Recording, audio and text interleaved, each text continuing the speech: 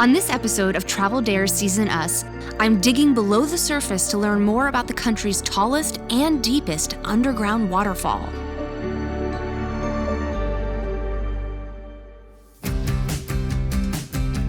Last episode, I received a clue about where I'd end up on this episode. You'll have to go underground to see this tall beauty in person. So now, I'm here in Chattanooga to go see one of its most iconic destinations, Ruby Falls. As you can see, the views are incredible from the Edwin Hotel looking over at the Walnut Street Bridge. While the views are stunning from above, I can't wait to learn more about this Appalachian wonder that sits below the surface. So this is my first time in Chattanooga. I am loving it. I have been to a cave, I've been to a waterfall, but I've never been to a waterfall in a cave. I am so pumped to see what that is all about. Hi, I'm Grant. I'm going to be your tour guide today. Hi, Grant. I'm Jenna. Welcome to nice Ruby to Falls. Nice to meet you. Thanks for having me. Our pleasure. We're excited to have you. So right now we are standing on top of the 80-foot Lookout Mountain Tower. We'll go 260 feet down into the cave, and then it's about a half-mile walk. And by the time we get to the falls, we'll be at 1,120 feet under the summit of Lookout Mountain. Yeah.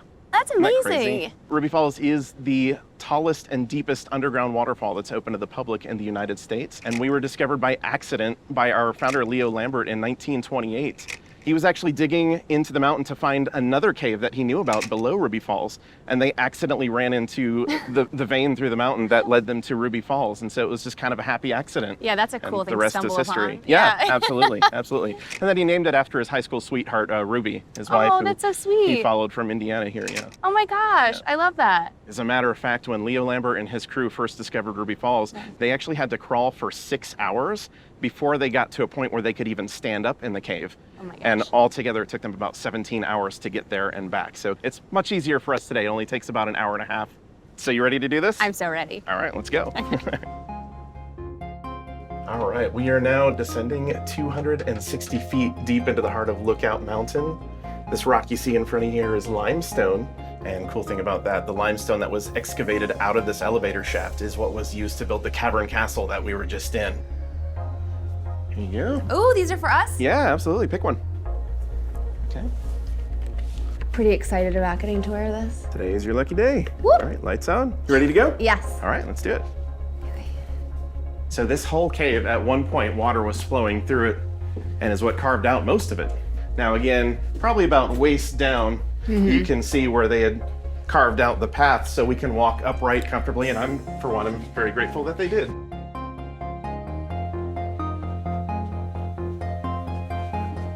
Oh, what's that? That is our cactus and candle formation. I was gonna say it looks like a cactus. Yeah. So it was basically formed by water dripping through the limestone cap in the ceiling, and it slowly deposited minerals here for hundreds of years, just very slowly, about a ½ inch every 100 years. It's also kind of translucent. It's made of calcium carbonate, but if you hold the flashlight up to it like that, isn't that cool? Oh, wow. Kind of reminds me of like the Himalayan salt lamp. Oh, yeah. So this is beautiful. We're coming up on our mirror pool here. Our mirror pool is what's called a rim pool. You ever heard of that before? I have not. Okay, a rim pool is formed when constant dripping water hits the ground and pushes away the sediment, causing a little rim. They're really small at first, and when hundreds and then thousands of them just get bigger and bigger, they end up forming something as large as our mirror pool here. This is beautiful. Isn't it? Yeah. All right, well, we've got a lot more to see, so let's go. So now we're entering the Hall of Dreams. Hall of Dreams. Yeah, it's actually legend that Ruby, Leo Lambert's wife, this was her favorite spot in the cave, so much so that she would come down here to sketch and daydream. If you look directly above you, you'll see all these thousands of baby stalactites that are nicknamed soda straws, actually, because in their infancy, they are hollow in the middle. So the waterfall is just ahead, shall we? Oh, yeah. All right. Oh, I think I hear it. There it is. Welcome to Ruby Falls. That is amazing. So, cool thing, this room that we're in is called Solomon's Temple, and it's believed that the waterfall carved out this room, started at this end and worked its way back over millions of years. And they call it Solomon's Temple just because of its grandeur and beauty. Yes, grandeur and beauty. This is spectacular. So right now we've come just under a half mile, Okay. and we are a total of 1,120 feet under the summit of Lookout Mountain. That is breathtaking. Yeah, and it's cool to think that people live up there, and this is just below their feet. And they have no idea. Yeah. I had no idea. This is spectacular, and it's right here in the U.S. Yep, right in our backyard.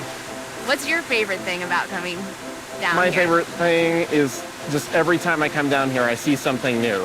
Yeah. Be it in the rock formations or just in the look on people's faces. Yeah. And again, that just makes the job worth it to me. Thank you for showing me this That's been my pleasure. amazing It's been my pleasure. waterfall. I gotta ask, Yeah, before I leave, can I take one of these home with me? of course. We have these for sale in our gift shop. They're very Yes! stylish. Who knows when I'm gonna come upon another waterfall in a cave.